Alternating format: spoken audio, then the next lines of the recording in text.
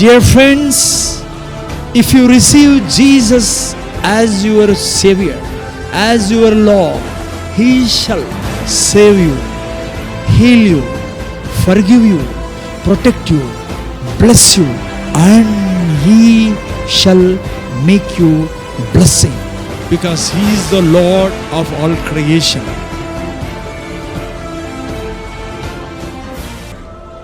వందనము నీకేలా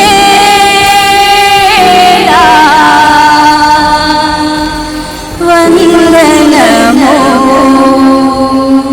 నీకు తోడై ఉండి నీవు వెళ్ళు ప్రతి స్థలమందు నిన్ను కాపాడుచు ఈ దేశమునకు నిన్ను మరలా రప్పించదను. నేను నీతో చెప్పినవి నెరవేర్చు వరకు నిన్ను నేను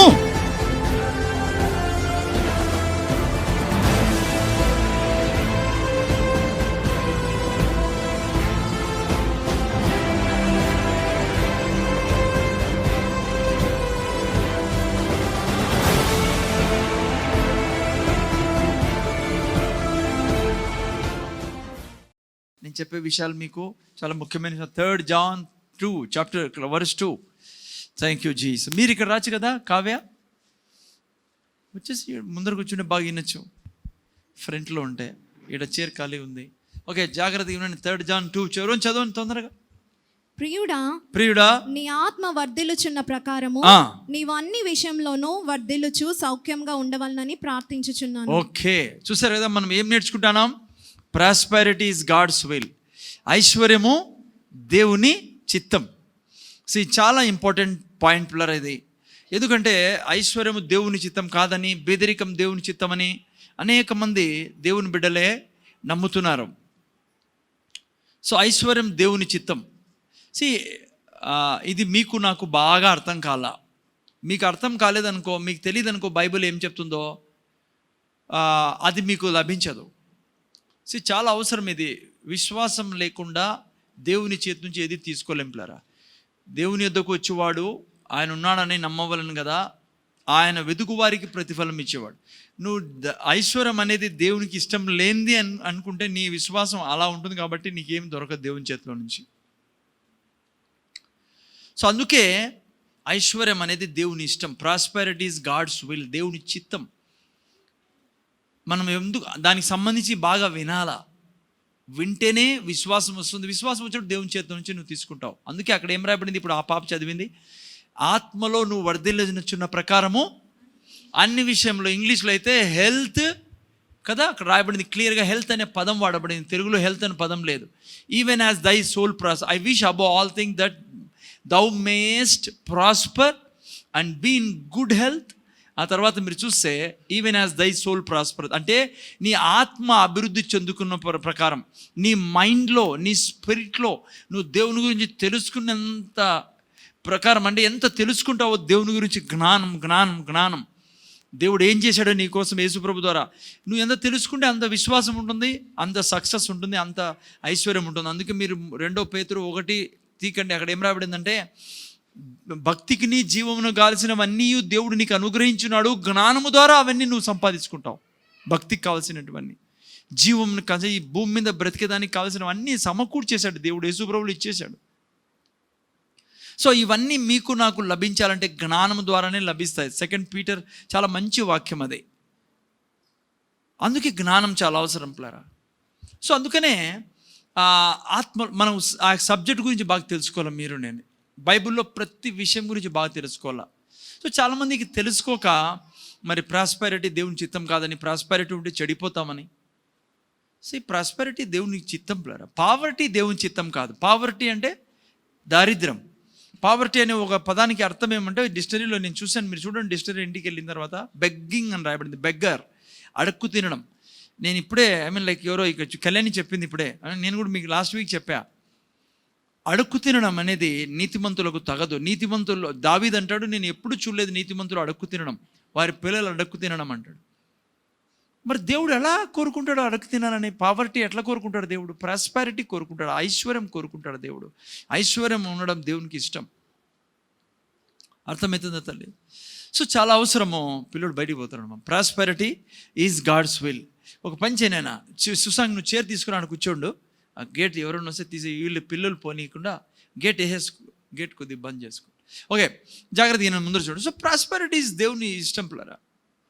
ఎందుకు సమస్య వస్తుందంటే ప్రాస్పెరిటీ అంటేనే తెలియదు చాలామందికి, ఐశ్వర్యం అంటేనే తెలియదు. చాలామంది ఐశ్వర్యం అంటే ఏమనుకుంటారంటే ఏదో 100 కోట్లు 200 కోట్లు కలిగి డబ్బు దండి కలిగి ఉండడం. ఎందుకు క్రైస్తవులకి చెడిపోతారు. ఐశ్వర్యం అంటే అది కానే కాదు. 2 కొరింథీ 9:8 ఏం రాయబడింది? ఐశ్వర్యం అంటే డెఫినేషన్ ఏంటి? ఐశ్వర్యం యొక్క డెఫినేషన్ ఏంటి? చదవండి నేను. 2 కొరింథీ 9:8 మరియు అన్నిటి యందు ఎల్లప్పుడూను మీలో మీరు సర్వ సమృద్ధి గలవారై ఉత్తమమైన ప్రతి కార్యము చేయుటకు దేవుడు మీ సర్వ సమృద్ధి ఎందుకు కలిగి ఉండాలంట? నాకు ఎందుకు డబ్బు అవసరమో దేవుడు ఏమంటారంటే నువ్వు ప్రతి మంచి కార్యం చేయుటకు. బైబిల్లో క్లియర్గా రాయబడింది, ప్రతి మనిషిని దేవుడు సృష్టించినప్పుడు ఒక ప్లాన్ కలిగి సృష్టించాడు. ఎవరికి మీ మీద నా మీద ప్రణాళిక ఉంది, దేవునికి ప్లాన్ ఉంది, పర్పస్ ఉంది. అందుకే చూసి యెషయా అంటాడు తల్లి గర్భంలో నన్ను ఎన్నుకున్నాడు. ఇర్మియా అన్నాడు తల్లి గర్భంలో దేవుడు నన్ను ఎన్నుకున్నాడు. పౌలు అంటాడు గలతీ 1:10 తల్లి గర్భంలో నన్ను పెట్టాడు ఆయన, ఎందుకంటే నేను సువార్థికుడు కావాలని, నేను అపోస్తులు కావాలని. మీకు నాకు డెఫినెట్ ప్లాన్ ఉంది దేవుని దగ్గర. ఖచ్చితంగా ఇక్కడ కూర్చున్న ప్రతి ఒక్కరికి ప్లాన్ ఉంది దేవుని దగ్గర. నువ్వు యాజకుడు కావాలా, లేదంటే ప్రాఫిట్ కావాలా, లేదంటే పెద్ద బిజినెస్ మ్యాన్ కావాలా, నువ్వు లేకుంటే ఏం కావాలని దేవుని దగ్గర ప్లాన్ ఉంది. నీకు ప్లాన్ లేకుండా సృష్టించలేదు నీకు దేవుడు. నువ్వు అనుకుంటానో నాకేం తెలియదు, నువ్వు దగ్గర పోతే ఆ ప్లాన్ అర్థమవుతుంది నీకు. మీరు చూస్తే ఆ ప్లాన్ని సక్సెస్ చేయాలి దేవుడు. అందుకే ప్రాస్పెరిటీస్. ఇప్పుడు నాది నిన్న వారం కూడా చెప్పా, నా దగ్గర అప్పుల్లో ఉన్నా, నేను డబ్బులు లేవు నా దగ్గర, ఇంట్లో భీమ్ లేవు. ఇప్పుడు ఏం నిలబడి చెప్తా మీ ముందర? నేను నా కాలింగ్ ఏంటి? Pastor calling. నా కాలింగ్ ప్రీచింగ్ కాలింగ్. నేను చేరేసుకున్నాడు పక్కన కూర్చో పోనిద్దండి. వినండి సిస్టర్, ముఖ్యంగా అందరూ వినాలి, చాలా ముఖ్యమైన విషయాలు. సో ఎలా నేను సేవ చేస్తాను? అందుకే దేవుడు నాలో సర్వ సమృద్ధి కలిగి నేను ఉండి, ఇంకా అనేక ప్లాన్లు ఉన్నాయి. మీ వరకే కాదు నా సువార్త. నేను ఇంకా నిన్న అనుష నేను మాట్లాడుకుంటాను. దేవుడు నాతో ఎప్పుడు చెప్తాడు, నువ్వు వెయిట్ చేయవా బాబు, నువ్వు ఎందుకు తొందరపడతావు? వేర్లు పోని కిందికి. నేను మన పాపతో మాట్లాడుకుంటూ వేర్లు లేని చెట్టు మీద చిన్న పక్షి వచ్చి కూర్చున్నా కూడా పడిపోతుంది ఆ చెట్టు. వేర్లు ఏ చెట్టుకి దండి ఉంటాయో వేర్లు కింది వరకు ఎంత బరువైనా తీసుకోగలదు ఆ చెట్టు. దేవుడు నాకు ఎప్పుడు చెప్తాను, నువ్వు వెయిట్ చేయి, నువ్వు తొందరపడకు. నువ్వు వీళ్ళకి చెప్పు నువ్వు ఏం చెప్పాలో, టైం వస్తుంది నీదని. సో ప్రాస్పెరిటీ లేకుంటే నేను ఏం చేయలేను. ముందుకు చాలా ప్లాన్స్ ఉన్నాయి దేవునికి. నేనే వద్దన్నాను అనుకోండి ప్రాస్పెరిటీ. ప్రజలకి తెలియదు ప్రాస్పెరిటీ అంటే అర్థమేమో, లైక్ సక్సెస్ అంటే తెలియదు. వినాలి మీరు. నాయన బంగారులో ఈడు కూర్చో, ఈయనండి జాగ్రత్తగా వినండి. చాలా దుఃఖకరమైన విషయం. ఇది చదవరు, బైబిల్ చదవరు ప్రజలు. బైబిల్ చదవరు, అసలు మానేశారు చదవడం. టైం లేదు ఎవరి దగ్గర కూడా. ఎందుకు? అరే బైబిల్ చదివితేనే నీకు తెలిసేది ఎక్కడి నుంచి ఏం వస్తుంది, ఎవరు ఏమిస్తారు, ఎట్లా దేవుడు సాయం చేస్తారని. సక్సెస్ అంటే ఏంటి? డెఫినేషనే తెలియదు. సక్సెస్ అంటే డెఫినేషన్ ఏంటి? సక్సెస్ అంటే ఏమో తెలుసా? ఏదో పెద్ద స్పోర్ట్స్ మ్యాన్ అయ్యి సెలబ్రిటీ అయితే ఆయన సక్సెస్ అనుకుంటాం. క్రిస్టియన్స్ వినండి, దేవుని బిడ్డలు వినండి మీరు. చాలామంది సక్సెస్ అంటే ఏమనుకుంటాము, అసలుకే స్పోర్ట్స్ మ్యాన్ లేకుంటే ఏదో పెద్ద అందరూ వా వా వా వా అని న్యూస్ పేపర్లో ఫోటో వచ్చి, లేకుంటే ఆ మ్యాగజైన్ స్టార్డస్ట్ మీద ఫోటో ఉంది. మీరు చూసింటారు ఆడపిల్లల ఫోటోలు వేసింటారు స్టార్డస్ట్ మీద. లైక్ మ్యాగజైన్, నాకు తెలుసు ఇప్పుడు ఉందో లేదో, అది మా వయసుతో స్టార్డస్ట్ ఉందా? ఇప్పుడు స్టార్డస్ట్ ఉందా మ్యాగజైన్? ఓకే. అమ్మాయిలు లైక్ సెలబ్రిటీస్ ఎట్లుంటారంటే వాళ్ళు వేసుకునే డ్రెస్సు, మీలాంటి వాళ్ళు చాలామంది ఆడపిల్లలు కూడా ఆ మాదిరి ముక్కుంటే ఎంత బాగుండదు నాకు, ఆ మాదిరి నా స్ట్రక్చర్ ఉంటే, ఆ నడుము, ఆ చేతులు అని ఉంటే ఎంత బాగుండేది. ఏం దేవుడు ఇట్లా సృష్టించాడు నాకు అనుకుంటారు కదా మీరంతా. ఎందుకంటే సక్సెస్ఫుల్ సార్ వాళ్ళు. నేను సక్సెస్ గురించి చెప్పాలా, తయారవుతున్నాను నేను యూత్కి చెప్పాలని. ఎప్పుడన్నా యూత్ మీటింగ్ పెట్టినప్పుడు చెప్పండి అమ్మా, నాకు ఒక 2-3 అవర్స్ ఇవ్వండి. నాకు సక్సెస్ గురించి మీకు చెప్పాలి, మీకు తెలుసా ముఖ్యంగా యవనస్తులకి. ఎందుకంటే ఆ మ్యాగజైన్ మీద బొమ్మ చూసి ఏమి ఎంట్రికలు, అసలుకి ఆ రింగులు ఏంటి, సక్సెస్ఫుల్ అండి. ఎందుకంటే స్టార్డస్ట్ మీద ఫోటో ఉంది. ప్రపంచమంతా ఆమె ఫోటో, ఆ ఇండియా అంతా ఆమెను ఎంత మెచ్చుకుంటున్నాడు. అతను ఎన్ని కొట్లాడు తెలుసా మన క్రికెట్లో. అసలుకి అది ఆ సక్సెస్ ఉంది అది అనుకుంటారు కదా. బైబుల్ డెఫినేషన్ మీకు తెలియదు కాబట్టి అట్లా అనుకుంటారు. బైబిల్ ప్రకారం అది కాదు సక్సెస్. ఎందుకంటే వాళ్ళంతా కట్టగట్టుకొని, అంటే దేవుని తెలుసుకోవాలి, వాళ్ళంతా ఆడిపోతారంట తెలుసా. ఒకడు సర్వాన్ని 8:36 చదివితే మార్క్స్ వార్త, ఒకడు సర్వాన్ని చదవండి ఎవరన్నా ఏమంటే ఎవరు సక్సెస్ ఎవరండి సక్సెస్ఫుల్ అంటే సక్సెస్ అంటే ఏంటి? 8:36 చదవండి ఎవరన్నా.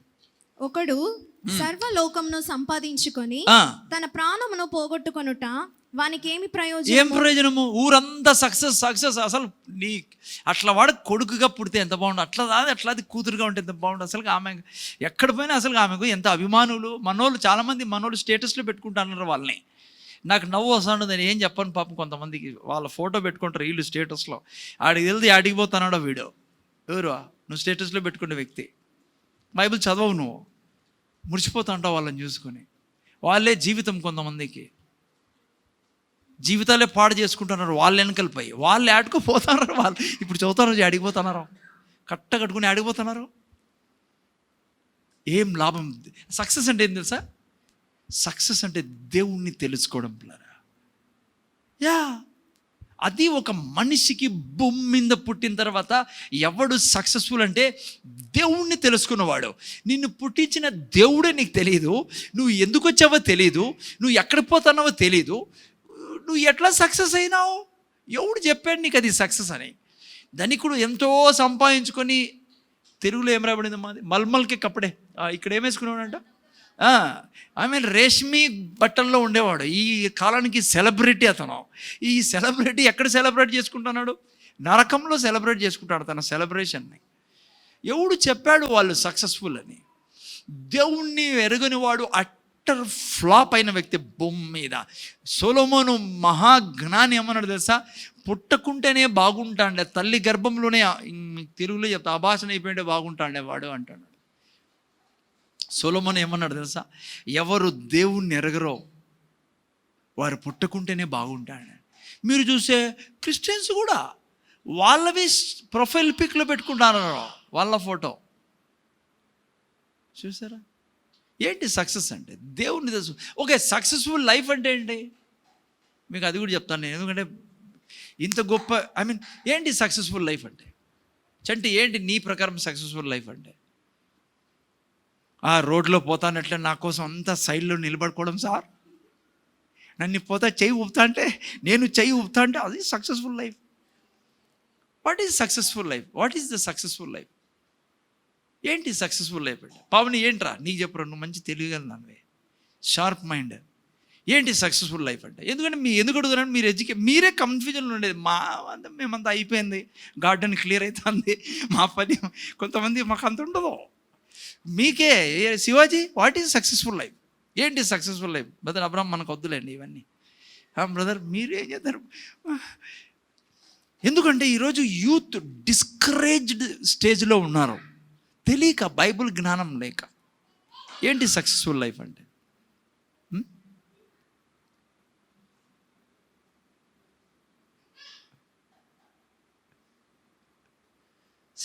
బైబిల్ ప్రకారం సక్సెస్ఫుల్ ఎలా చెప్పాలి నేను అదే ఆలోచిస్తాను. మీకు ఎలా సంజాయించాలి మీకు, ఎందుకంటే సంజాయించేది పెద్ద ఇది.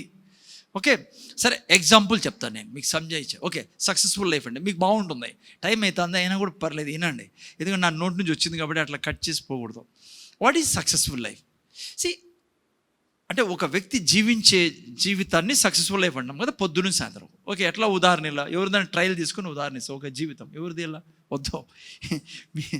ఓకే, సింధు తప్పుగా అనుకోకే, సక్సెస్ఫుల్ లైఫ్ అంటే ఏంటి మీకు తెలుసా? ఎందుకంటే మీకు చిన్నపిల్లలు అయితే మీకు అంత ఇబ్బంది, పెద్దోళ్ళ పేరు యవనస్తుల పేరు తీసుకొని అనుకోండి, అంకుల్ అదే పని నాకు చెప్తాను, నా గురించి చెప్తాను.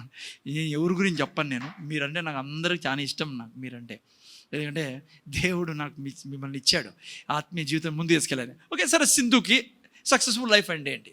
ఈరోజు నేను బ్రతికాను, నైట్ అవుతుంది, ఇంకొంచెం తిని పడుకుంటాను. ఓకే, అది ఈ దినము నేను నా సక్సెస్ఫుల్ లైఫ్ జీవిస్తాను. ఏంటి అది కాదు, స్టార్డస్ట్ మీదనో ఈ న్యూస్ పేపర్లోనో లేకుంటే ఇంకా అవార్డులో మంచిదే ఓ రకం, కానీ that's not a successful life. Knowing God is a successful life.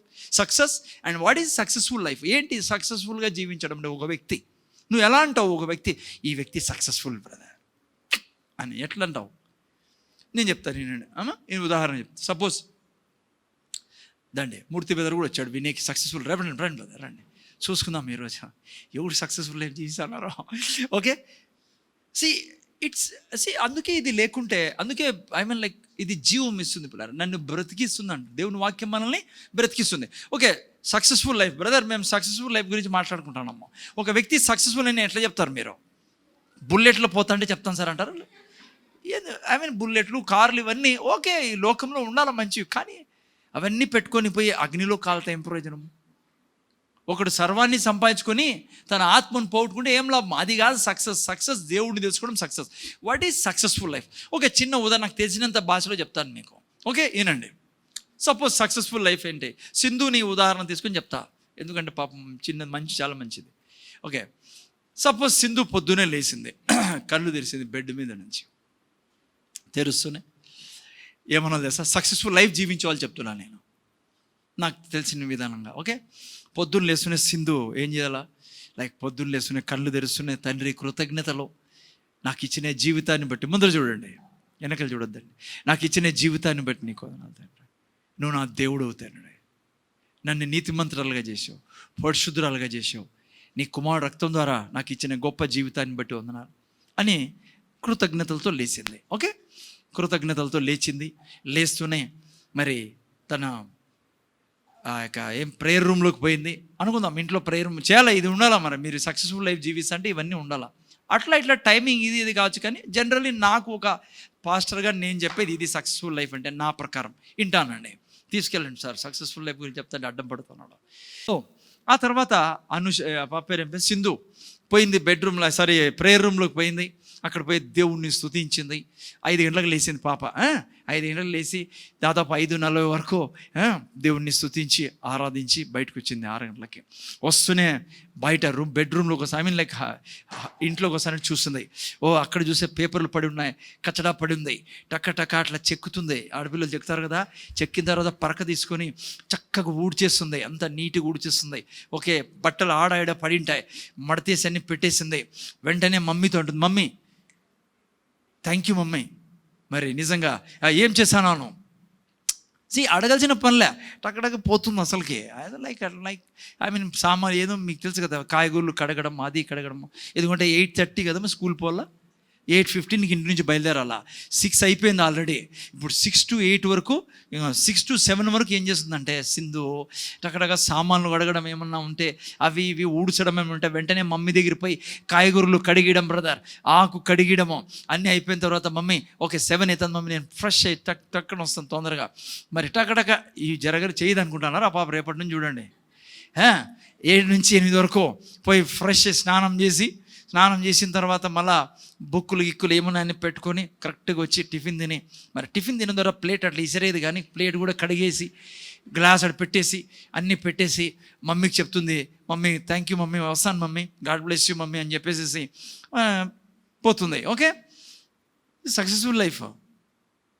ఆ తర్వాత ఎవరు కనపడినా గుడ్ మార్నింగ్ చెప్పుకుంటూ వెళ్ళిపోతుంది. క్రైస్తవులు కనపడినారనుకో ప్రైజ్ లాట్ చెప్తుంది. ఎవరు కనపడినా నవ్వుకుంటూ మాట్లాడుతుంది. స్కూల్లో పోయిన తర్వాత ఎంతమంది సార్లు కనపడినా గుడ్ మార్నింగో గుడ్ ఆఫ్టర్నూన్ ఏదో చెప్పేస్తుంది. ఆ తర్వాత ఫ్రెండ్స్ ఎవరు ఎంత అవమానించినా కూడా, ఎంత చెడ్డ చెప్పినా తన నోట్లో చెడ్డ రాదు, తన నోట్లో ఎప్పటికీ బ్లెస్సింగ్సే వస్తాయి. మేలే పలుకుతూ ఉంటుంది, మంచిగా పలుకుతూ ఉంటుంది. ఓకే, ఆ తర్వాత అయిపోయింది అనుకుందాం, స్కూల్లో మంచిగా ఉంది, స్కూల్ అంతా కూడా అసలుకి సింధు వస్తా అంటే ఎస్తేర్ రాని వచ్చినట్లే. ఎంత కృప ఎస్తేర్ మీద ఉందో తన మీద అంత కృప ఉంది. టీచర్లు అంతా అనుకుంటా అంటారు, ఇది జరిగేది అదే నేను చెప్పినట్లే చేస్తే మీకు. ఓకే, ఆ తర్వాత ఓకే షార్ట్ కట్, టైం తక్కువ ఉంది కాబట్టి ఇంటికి వచ్చేసింది. ఎన్ని గంటలకు వస్తుంది తల్లి? 4కి వచ్చేసింది. వస్తున్నట్లే ఇంట్లో చూస్తుంది వాళ్ళ అమ్మ డ్యూటీకి పోయింది, ఎందుకంటే సిస్టర్ దేవి ఆఫీస్కి పోతుంది కదా. వచ్చి చూసింది బట్టలన్నీ ఆడేసారు, ఎందుకంటే ఇంకో ఆమె ఇంట్లో పని చేయదు కాబట్టి. హలో, బట్టలన్నీ పడి ఉన్న ఆడ టక్క బ్యాగ్ పెట్టేసేసి డ్రెస్ చేంజ్ చేసుకొని అన్నీ మడతలేసి ఎవరు వాళ్ళు బట్టలు పెట్టేసింది. అంతేకాకుండా దుమ్ము పడి ఉంటుంది పొద్దునుంచి, అది మళ్ళీ అది ఊడ్చేస్తుంది. సామాన్లు ఏమన్నా ఉన్నాయా సింకులు అవి కడిగేస్తుంది. రెడీగా ఉంటుంది. ఫ్రెష్ అయ్యి స్నానం చేసి మళ్ళీ ప్రేయర్ రూమ్లోకి వెళ్ళిపోతుంది. దేవుని దగ్గర సమయం గడుపుతుంది 1 అరగంట. మళ్ళీ బయటకు వస్తుంది, హోంవర్క్ చేసుకుంటూ ఉంటుంది. మమ్మీ డాడీతో అంటుంది, మమ్మీ మరి డివోషన్ టైము 8 గంటలకు పెట్టుకున్నాను, 8 గంటలకు పెట్టుకున్నాను నాకు తెలియదు కానీ మొత్తం 8 గంటలకి. ఓకే, మీరు నవ్వుతారు కానీ వింటానండి. 8 గంటలకి మరి డివోషన్, మమ్మీ మరి పావని సింధు కూర్చున్నారు, 2 పాటలు పాడినారు. ఈ మధ్యలో ఫోన్ వస్తుంది, పొదామరా హోటల్కి అని అంటుంది. నేను రాను, డివోషన్ టైం ఇది మాది, దేవునితో కూర్చునే సమయము. మా కుటుంబం దేవుని సన్నిధిలో ఉంటుంది. ఈ టైంలో ఫ్రెండ్స్ ఫోన్ చేస్తారో, ఫోన్ చేసినా ఎత్తదో, ఎందుకంటే 8 నుంచి 8 to 8:40 వరకు డివోషన్ టైం. సో ఈ తర్వాత 8:40 అయిపోయింది, మళ్ళీ డిన్నర్ చేస్తారు అందరితో కూర్చొని. ఒక్క చెడమాట నోట్లో ఉండదు, అన్నీ బ్లెస్సింగ్సే. ఎప్పుడు చెప్పదు దీంట్లో అదిలే బాగా చేయలే, అదిలే నాకు ఇష్టంలే, అది నో. ఏది తిన్నా కూడా వాక్యం ద్వారా పరిశుద్ధపరుస్తుంది, దాని మీద దేవుని కృప ఉందని సంతోషంతో తింటుంది. తినిన తర్వాత మొత్తం అంతా పెట్టేసి కడిగి తీసేసి ఇండ్లు చూస్తుంది.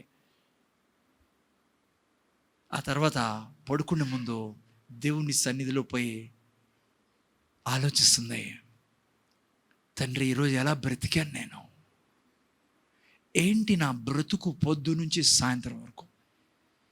అప్పుడు ఆలోచించినప్పుడు నేను కానీ, నువ్వు కానీ, సింధు కానీ మనం చూసినప్పుడు పొద్దున్న సాయంత్రం వరకు దేవుణ్ణి ఆనందపరిచామా? తల్లిదండ్రులు దీవించబడ్డారా నా ద్వారా? నేను కలిసిన ప్రతి మనిషి ఆశీర్వదింపబడ్డాడా? నా ద్వారా మనుషులకు మేలు జరిగిందా, న్యాయం జరిగిందా అన్నప్పుడు దేవునితో మాట్లాడినప్పుడు దేవుడు గుర్తు చేస్తాడు, లేదు నువ్వు ఇలా మాట్లాడినావు వాళ్ళతో, అలా దేవుడు ప్రభువా సారీ, రేపు అలా మాట్లాడినావు అని జాగ్రత్తగా. సక్సెస్ఫుల్ లైఫ్ అంటే ఇది పిల్లరా, అర్థమైందా? ముందర చూడండి. మరి ఆ రాత్రి పడుకునే ముందు మరి ఇలా పడుకుంటుంది. పడుకున్న తర్వాత ఏమైంది తెలుసా, మరి బెడ్రూమ్లోకి వచ్చి సిస్టర్ దేవి చూస్తుంది. ఎవరిని? సింధుని. అందుకే పేర్లు తీసుకోకూడదు. ఎగ్జాంపుల్ నేను చెప్పబోయే వల్ల బాధపడతారు. చూసినప్పుడు ఓకే మంచి ఏమనాలి, దేవి సిస్టర్ ఏమంటుంది సింధుని చూసి, తండ్రి కృతజ్ఞతలో ఈ బిడ్డను నాకు ఇచ్చినందుకు, ఈ బిడ్డ ద్వారా మాకు నేను అనుక్షణం ఇస్తున్న సమాధానాన్ని బట్టి వందనాలు, ఈ బిడ్డను దీవిస్తానని ప్రభా కదా. ఇదంతా చేయలేదనుకో, బెడ్ మీద ఉండే చాలామంది మన ఇంట్లో ఉండి, ఈ పాప అట్లా కాదనుకోండి, చాలామంది ఏమన్నా కూడా తల్లిదండ్రులు బెడ్ మీద ఉండే బిడ్డను చూసి ఎందుకన్నా కన్నానా ఈ బిడ్డను అనుకోకూడదు. పండుకుంటే పాములాగా అనిపించకూడదు మనము తల్లిదండ్రులకి. అర్థమైందా? స్వర్గం నుంచి దేవుడు చూసిన ఈ దినం నీకు ఇచ్చినందుకు నువ్వు నన్ను సంతోషపరిచావు, నువ్వు సక్సెస్ఫుల్ లైఫ్ జీవించావు. అర్థమైందా? ఆ తర్వాత తల్లిదండ్రులు చూసినప్పుడు నిజంగా ఈ బిడ్డని కన్నందుకు కృతజ్ఞతలు, ఈ బిడ్డ నిజంగా నాకు ఆశీర్వాదం. ఇంట్లో ఉండే మిగతా సభ్యులు కూడా పోయి బెడ్రూమ్లో చూసినారనుకో, సింధు పడుకుంటా ఉంటుంది, వాళ్ళు అనాలా, తండ్రి ఎంత మంచి జీవితం ఇది. ఇది సక్సెస్ఫుల్ లైఫ్లరా. మీకు విచిత్రం అనిపించవచ్చు, మీరేమనుకుంటారు సార్ ఇది ఏడాసారి సక్సెస్ఫుల్ లైఫ్, కార్లలో తిరిగేది, బంగారు వేసుకునేది, ఎక్కడ ఎవరిని ముంచినా పర్లే, మా దగ్గరికి వస్తే చాలు డబ్బంతా, ఎవరు నేర్పించినా పర్లే, లేకుంటే ఇంకా ఏదో అది కాదు సక్సెస్ఫుల్ లైఫ్.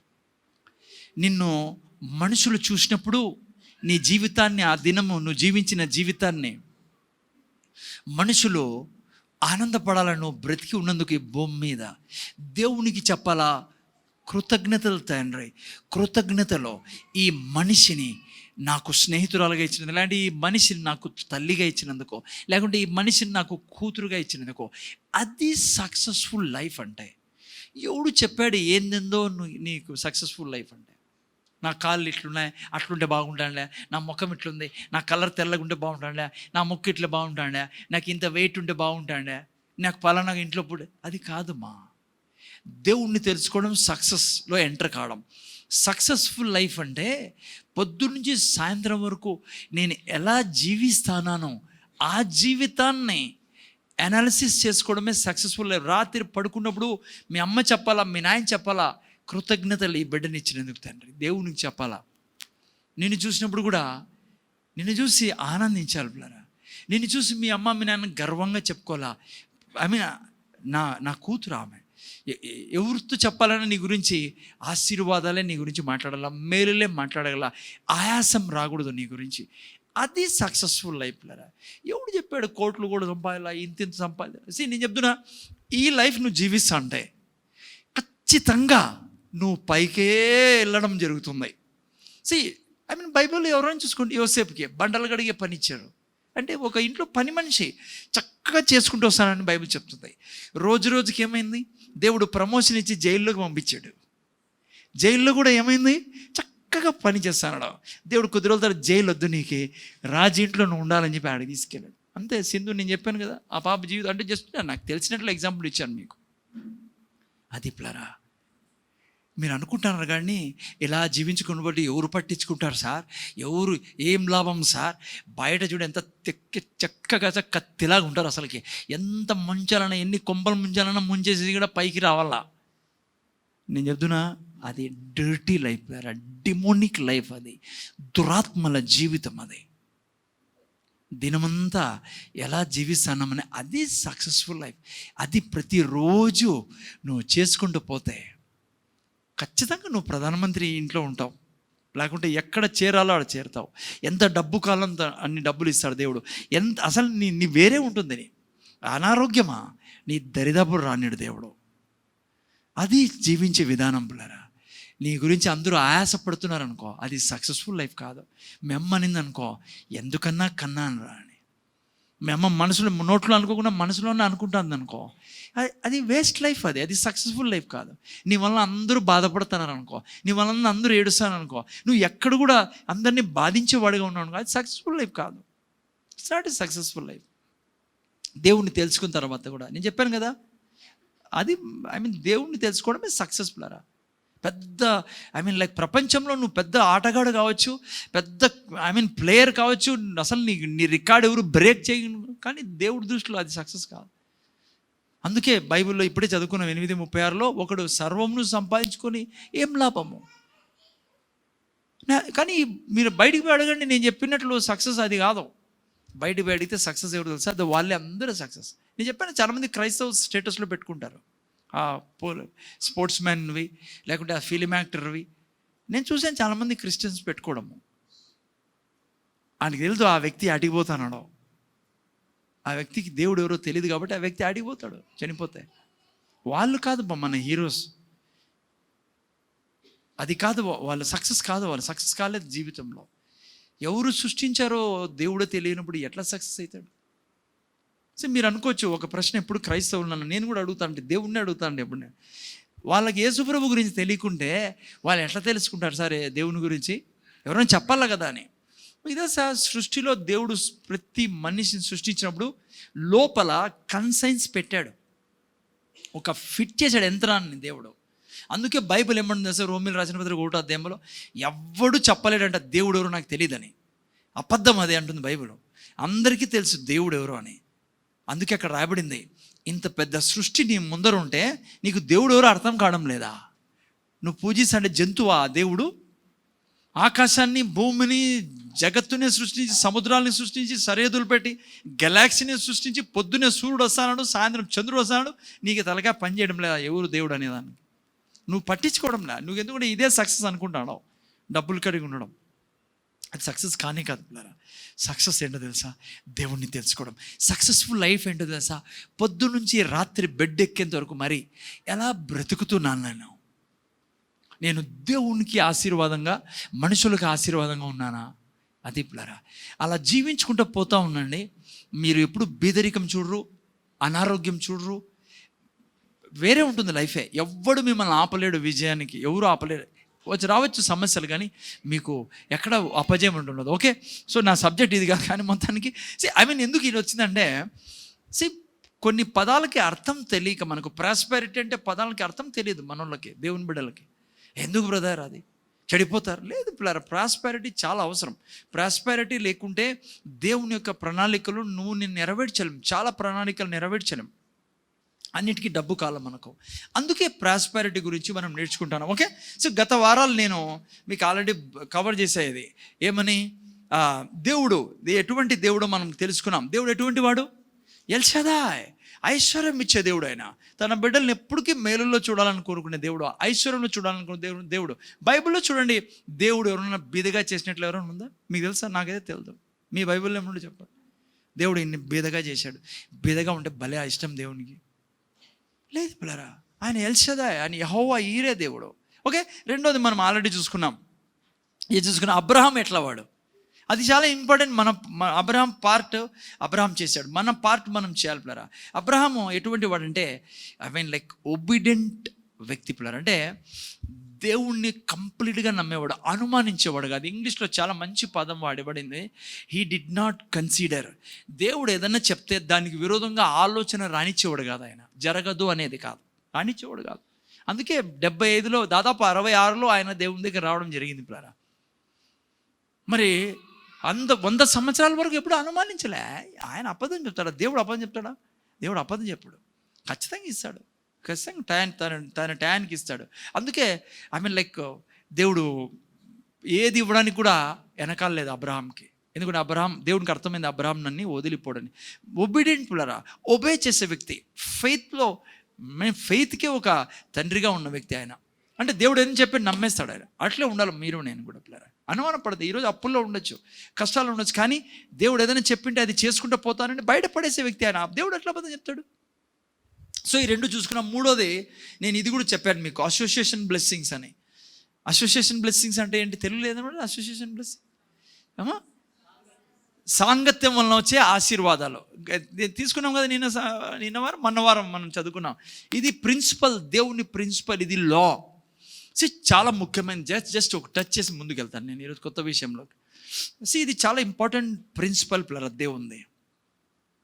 మనం చూసుకున్నాం అబ్రహాముతో లోతు ఉన్నంత కాలము అసోసియేషన్లో లోతును దేవుడు ఎంతో దీవించాడు. అబ్రహాం మీద ఉన్న ఆశీర్వాదాలు లోతుకి వచ్చాయి. మీరు చూస్తే బైబిల్లో ఎప్పుడైతే లోతు అబ్రహాంని వదిలేశాడో, అబ్రహాంని ఎప్పుడైతే వదిలాడో లోతు ఏమైపోయాడు? అన్నీ పోగొట్టుకున్నాడు పిల్లరా. 5 మంది రాజులు వచ్చి లోతు దగ్గర ఉన్న ఆస్తి అంతటినీ తీసిపోయారు. దుఃఖకరమైన విషయం ఏమంటే, ఎందుకంటే ఇది మనకు అవసరం. ఈరోజు మన జీవితాల్లో కూడా మనం అదే పొరపాటు చేస్తుంటాం, లోతు చేసిన పొరపాట్లు. ఏదో తెలుసా? చూడండి, అంతా తీసుకెళ్ళాడు, మళ్ళీ అబ్రహాం వచ్చి వాపస్ అన్నీ తీసుకొచ్చాడు. అప్పుడన్నా ఆ లోతుకు ఆలోచన రాలే కదా.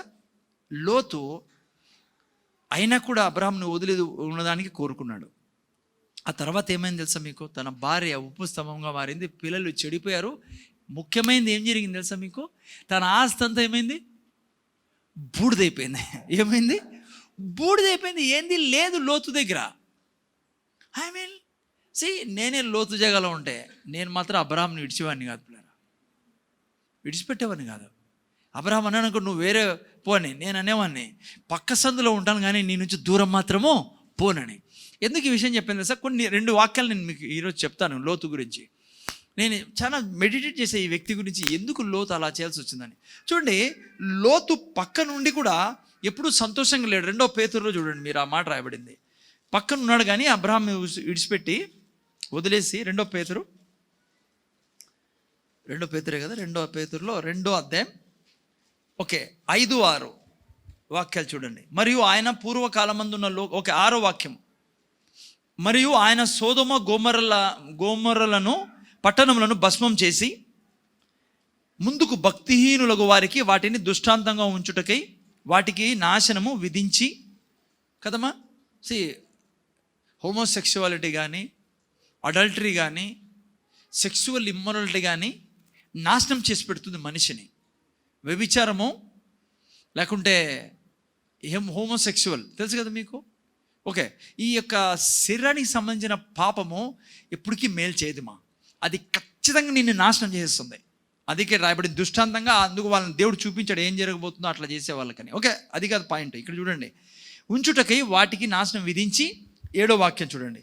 దుర్మార్గుల కామ వికారయుక్తమైన నడవడి చేత బహు బాధపడిన నీతిమంతులకు లోతును తప్పించెను. ఆ నీతిమంతుడు వారి మధ్యను కాపురం ఉండి 8లో తాను చూచిన వాటిని బట్టి వినిన వాటిని బట్టి వారి అక్రమమైన క్రియల విషయములలో దినదినము నీతిగల తన మనస్సును నొప్పించుకొనుచు వచ్చెను. నేను అడుగుతున్నా, నువ్వు ఎందుకున్నావా వాళ్ళ మధ్య? ఎవరు చెప్పారు నీకు వాళ్ళ మధ్య ఉన్నామని? రోజు దినదినము నొప్పించుకుంటానంట. వాళ్ళ మాటలు, వాళ్ళ అలవాట్లు, సొదొమ గొమొర్రా హోమోసెక్సువల్తో నిండిన పట్టణం, అది పాపపు పట్టణం అసలుకి. ఎవరు చెప్పారు నీకు అట్లా వాళ్ళ మధ్య ఆ ఫ్రెండ్స్ నీకు ఉండాలని? ఈరోజు కూడా చాలామంది క్రైస్తవులు పిల్లరా, పరిశుద్ధాత్మ దేవుడు వాళ్ళతో మాట్లాడుతూ ఉంటాడు, వద్దు ఇట్లా స్నేహితము, వద్దు ఇట్లా వీధిలో ఉండడము, వద్దు ఈ ప్రాంతంలోనూ, నువ్వు వెళ్ళిపో, దూరం పో. వినరు. ఎందుకు తెలుసు ఎందుకు వినరో? చూడండి, లూకా సువార్తలో రాయబడింది ఎందుకు వినరో. లూకా సువార్త 17వ అధ్యాయంలో మీరు చూసినట్లయితే అక్కడ దీని గురించి క్లియర్గా రాయబడింది. లూకా సువార్త 17, 26, 30. చూడండి ఎందుకు లోతు రాలేదో అక్కడి నుంచి. నోవాహు దినములలో జరిగినట్టు మనుష్య కుమారుని దినములలోనూ జరుగును.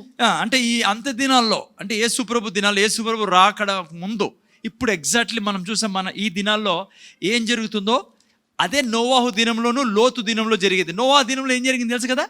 అప్పుడు కూడా పాపంతో నిండి మనుషులు నాశనం చేయాల్సి వచ్చింది దేవునికి నీళ్లు పంపించి. ఎలా ఉండేవాళ్ళంటే నోవాహు దినంలో చూడండి, చదువు నేను. నోవాహు ఓడలోనికి వెళ్ళిన దినము వరకు జనులు తినుచు త్రాగుచు పెండ్లాడుచు పెండ్లికి ఇయ్యబడుచు నుండిరి. అంతలో జల ప్రళయము వచ్చి వారినందరినీ నాశనము చేసేను. చూసారా, దేవుడు అనే మాట లేదు ఈడ.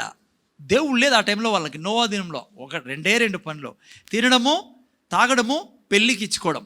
అంతేకాదు, ఆయన టైంలోనే కాదు, కింద చదవండి ఏం జరిగిందో మళ్ళీ.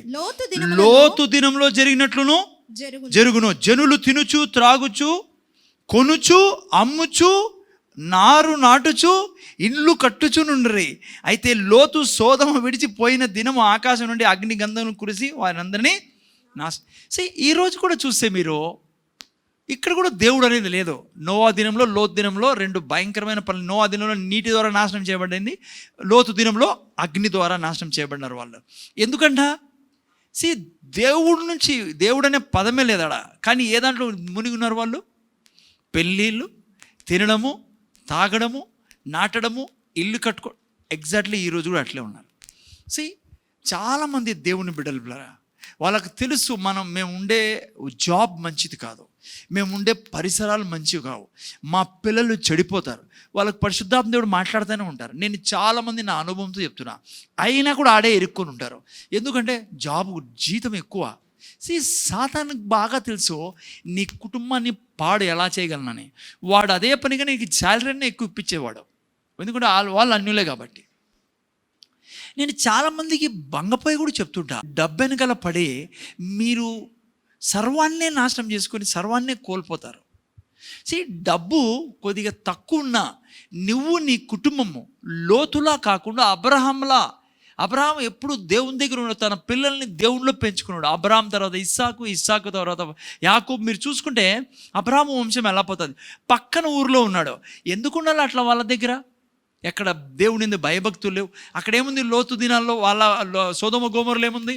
ఎప్పుడు ఏం తినాలా, ఏం తాగాల, ఏం బట్టలు వేసుకోవాలా, ఆ తర్వాత ఎలా సంపాదించాలా, పెళ్ళిళ్ళు. ఈరోజు చాలామంది క్రైస్తవులు ఇంత మంచి గ్రంథం నుంచి చర్చిలో వింటూ ఉండి చదువుతూ ఉండి కూడా లోతులాగానే ఇరుక్కుని ఉన్నారు. చాలామంది సెకండ్ జనరేషన్లోనే చర్చికి రాకుండా చేసుకుంటున్నారు పిల్లల్ని.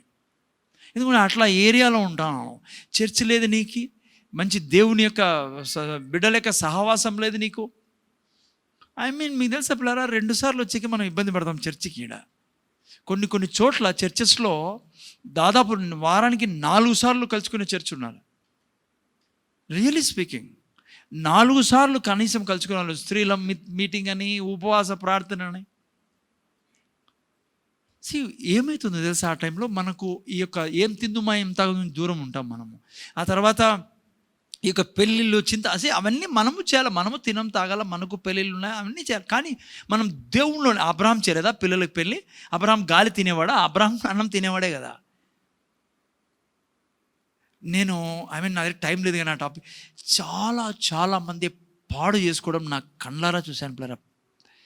బాగా నేను కొంతమందికి అయితే బంగపోయేవాడిని, వద్దురా నాయన వాళ్ళతో పెళ్లి చేసుకోవద్దురా అని. అంటే ఇక్కడ కాదు, ఇక్కడ ఎప్పుడు జరగలేదు దేవుని కృపను. ఢిల్లీలో బంగపోయిన వాళ్ళు ఉన్నారు యవనస్తుల్ని, వద్దు అని. కొద్ది రోజుల తర్వాత పాడు చేసుకున్నారు జీవితాన్ని.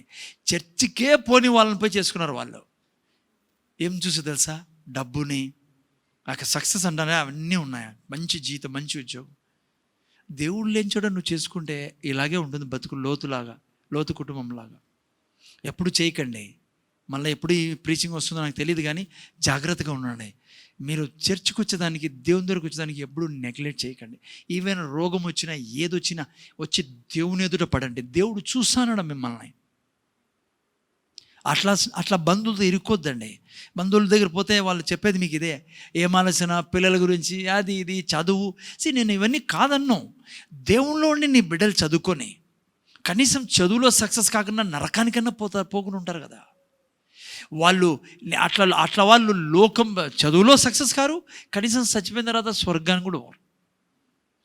ఒక దైవజనుడు మంచిగా ఈరోజు నేను విన్నా, ఆమె వచ్చి తన యొక్క పాస్టర్ దగ్గరికి వచ్చి, సాక్ష్యం నేను విన్నా అతన్ని, ఆమె వచ్చి ఆయన దగ్గరగా చెప్పిందంట, బ్రదర్ నా భర్త కోసం ప్రార్థన చేయండి సార్, నా భర్త నన్ను సరిగా చూసుకోడు సార్, నన్ను ప్రేమించలేదనిందంట ఆమె పాస్టర్ దగ్గరికి వచ్చి. ఉన్నప్పుడు పాస్టర్ అన్నాడు, అట్లనమ్మా మొదట నాకు ఒక ప్రశ్నకి జవాబి, అసలు నువ్వు రక్షించబడ్డావా అన్నాడంట. లేదు సార్. నీకు యేసుప్రభు ఎవరో తెలుసా అన్నాడంట. తెలుసు సార్ అనిందంట ఆమె. అమ్మా ఆ దానికోసం మొదట ప్రార్థన చేయని నన్ను. ఎందుకో తెలుసా, నువ్వు యేసుప్రభు లేకుంటే యుగ యుగాలు అగ్నిగుండంలో కాల్తాంట, నరకంలో కాల్తాంటావు. అప్పుడు నీకు భర్త కూడా గుర్తురాడు, ఎందుకంటే అంత వేదన ఉంటుంది, ఆడ పీడ ఉంటుంది. ఈడ భర్త లేకున్నా, భర్త ప్రేమ లేకున్నా, ఏంది లేకున్నా బతుకోవచ్చు, కానీ నువ్వు దేవుడు లేకుండా బతికి చచ్చిపోయినావు అనుకో, భయంకరమైన పీడ ఉంటుంది. నేను చేయాల్సింది నీ భర్త కోసం కాదు, నీ కోసం నువ్వు రక్షణ పొందుకోవాలని. ఎందుకంటే ఆడ పెళ్ళిళ్ళు ఉండవు. ముందు చచ్చిపోయిన తర్వాత పెళ్ళి ఉండదు పిల్లరా, నరకంలో ఉన్నా స్వర్గంలో ఉన్నా. ఆడ అసలుకి నీకు భర్తే మంచి మాట చెప్పాడు. అందుకే మీ భర్తే గుర్తుకు రాడు నీకు. ఎందుకు తెలుసా, అంత వేదన ఉంటుంది. ఈడ ఊరికే ఆ మనిషి వెనకలు పడి నువ్వు దేవుడిని పోడుకోదు. ఫస్ట్ నువ్వు రక్షణ పొందుకో, భర్త మళ్ళీ వస్తాడు. అదంతా కదా, రాకుండా పర్లే. నేను చెప్తున్నా పిల్లలు, చెప్పకూడదు ఏం మాట, కానీ నన్ను అడిగితే భర్త కంటే, భార్య కంటే, పిల్లల కంటే ముఖ్యం దేవుడు.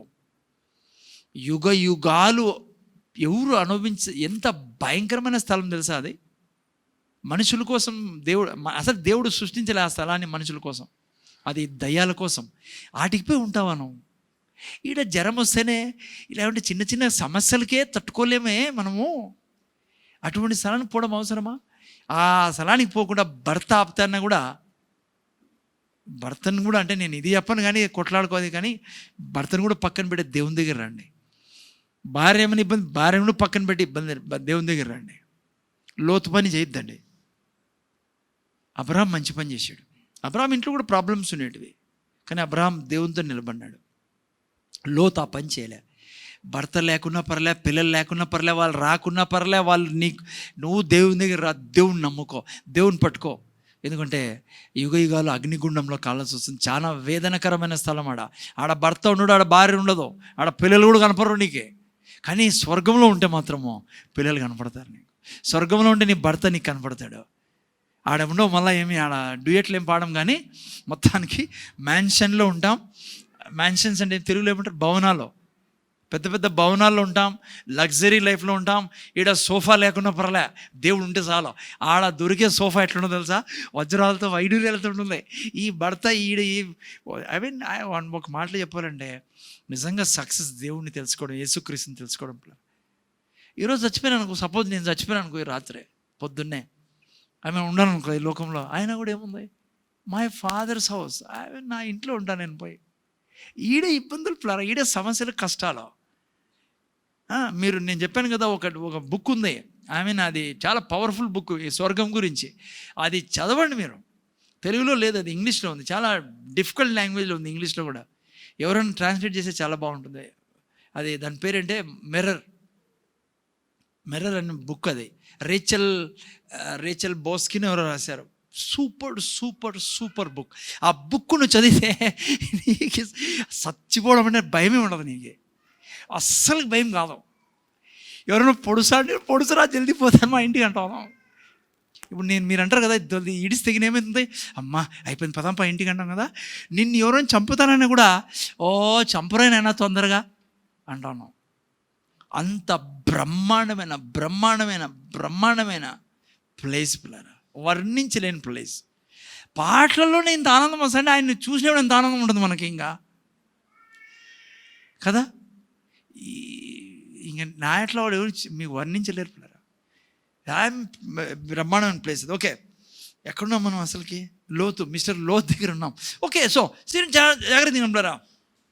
అసోసియేషన్ బ్లెస్సింగ్స్ అనే సిద్ధాంతం ఉంది, అందుకే అసోసియేషన్లో ఉండాలా. అందుకే నా ఫ్రెండ్స్ ఎవరో తెలుసా? ఎవరు? మీరు అనుకుంటారు ఎవరున్నారు సార్ నీకు ఫ్రెండ్స్ అని. నాకున్నంత ఫ్రెండ్స్ మీకు లేరు. మాథ్యూ, మార్కో, లూకా, యోహాన్, మీకు తెలుసు ఎవరో వీళ్ళంతా? Hello, Moses, Joshua, Caleb, Elisha, ఏలియా, వీళ్ళంతా నా ఫ్రెండ్స్. వీళ్ళతోనే గడుపుతా దినమంతా. మీరెవరితో గడుపుతారు? మనం దేవుని బిడ్డలం, వీళ్ళతో మన ఫ్రెండ్షిప్. అంతేకాదు, వీళ్ళే కాదు, చాలా బుక్స్ చదువుతాను నేను. లైక్ శామ్ చెల్లుదరై, ఆయన మంచి నాకు వాక్యం, నేను మా బైబిల్ టీచర్ ఆయన. ఆ తర్వాత పాస్టర్ క్రిస్ బుక్స్ చదువుతాను నేను, ఆయన మెసేజ్ ఇంటా. ఆండ్రూ మేక్ సూపర్ టీచర్. ఆ తర్వాత ఎవరు ఉన్నారు ఇంకా? Like tiger, Kenneth Hagin. He's a father of like తీసుకొచ్చిన ఆయన కెన్నీత్ హెగిన్, రొనాల్డ్ బొంకే. వీళ్ళు ఫ్రెండ్షిప్లో ఉండాలి మనం. వాళ్ళు మన స్నేహితులు. ఎస్తేర్ సిస్టర్, మీరు అంతా మొగోళ్ళ పేరే చెప్తాడు అవుతాను. సిస్టర్ ఎస్తేర్ కూడా అంటే చేస్తారు కదా, ఎస్తేరు. హలో, వీళ్ళతో ఫ్రెండ్షిప్ ఉన్న వాళ్ళ బ్లెస్సింగ్స్ మీ మీద ఉంటాయి, వాళ్ళతో మీరు అసోసియేషన్లు ఉంటాయి. అదేవిధంగా మంచి చర్చ్లో ఉండాలి పిల్లరా.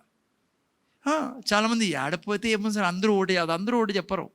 ఇది గుర్తుపెట్టుకో. నీ ఆ స్కూల్ కంటే ఆ స్కూల్ వేస్తాం మనము. ఆ స్కూల్ అయితే ఏం సార్ అందరూ ఒకే స్కూల్ అని. అన్ని స్కూల్లో ఓటే చేస్తారా? వేద్దండి. కొన్ని స్కూళ్ళలో ఈ మ్యాథ్స్ టీచర్కి మ్యాథ్సే రాని స్కూళ్ళు ఉన్నాయి, టీచర్లు ఉన్నారు. ఇంగ్లీష్కి ఇంగ్లీష్ రాని టీచర్లు ఉన్నారు. కదా సిస్టర్, ఎవరు సిస్టర్ టఫా? జాగ్రత్తగా వెళ్ళాలి మంచి స్కూల్లో పిల్లలకి. మన ఎవరో అయ్యో ఫ్యామిలీనే లేదే, ఏమో ర్యాప్చర్ అయిపోయినారా వాళ్ళు ఈరోజు? సిస్టర్ మీ కొలికో వెళ్ళిపోయారా, మనం ఈడే ఉన్నాం ఏమన్నా వాళ్ళు. సో మంచి స్కూల్లో వెళ్ళాలి. అట్లే చర్చ్ కూడా మంచి చోట వెళ్ళాలి పిల్లరా. ఎక్కడంటే అక్కడ పోకూడదు. దేవుడు ఎక్కడ పెట్టాలో అక్కడ పోవాలా. ఎక్కడైతే ఆత్మీయంగా అభివృద్ధి. నేను ఇది చెప్పను ఈడే రండి అని, మీకైతే చెప్తే ఇక్కడే రండి అని, కానీ జాగ్రత్తగా. ఓకే, సో ఏం నేర్చుకున్నావు? అసోసియేషన్ బ్లెస్సింగ్స్ అనే ప్రిన్సిపల్ ఉంది. నువ్వు ఎక్కడ కూర్చుంటానో, ఎవరితో ఫ్రెండ్షిప్ అనేది జాగ్రత్తగా ఉండాలి. ఎస్, ఇతరులతో ఫ్రెండ్షిప్ చేయాలా, సువార్త చెప్పేదానికి మాత్రమే. ఆమె వేసుకునే బట్టలు, ఆమె వేసుకునే మాట్లాడే మాటలు, ఆమె పోయే ఫ్రెండ్స్, అట్లా దాంట్లో పడకూడదు. జాగ్రత్తగా ఉండాలి మనం. మన అసోసియేషన్ ఎప్పటికీ నీతిమంతులతో ఉండాలి, దేవుని బిడ్డలతో ఉండాలి, పరిశుద్ధమైన వారితో ఉండాలి. ఈవెన్ క్రిస్టియన్స్ కూడా ఎవరైనా రైట్ లెఫ్ట్ ఉంటే వాళ్ళతో ఉండకూడదు మనం. మీకు తెలీదు వాళ్ళ మీద ఉండే ప్రభావం మీ మీద పడుతుంది. మంచి స్నేహితం ఉండాలా, మంచి సంఘం ఉండాలా. ఓకే, సో ఈరోజు నేను చెప్పాల్సింది ఏంటంటే, మీకు అసోసియేషన్ బ్లెస్సింగ్ అయిపోయింది. ఓకే, ఈరోజు నేను ముఖ్యమైన ఒక టాపిక్ చెప్తాను. కొద్ది నిమిషాలు మన దగ్గర ఉన్నాయి, 15 నిమిషాలు ఉన్నాయి మన దగ్గర. ఓకే, 20-25 వరకు ఫినిష్ చేసుకుందాం. ఈరోజు నేను చెప్పాల్సింది ఏమంటే, ముఖ్యమైన ప్రిన్సిపల్ ఈరోజు ఇంకోటి, టైత్ గురించి. ఏం గురించి? టైత్. అదొక్కడ చెప్పద్దు సార్ అంటారా? చాలా ఇంపార్టెంట్ అది.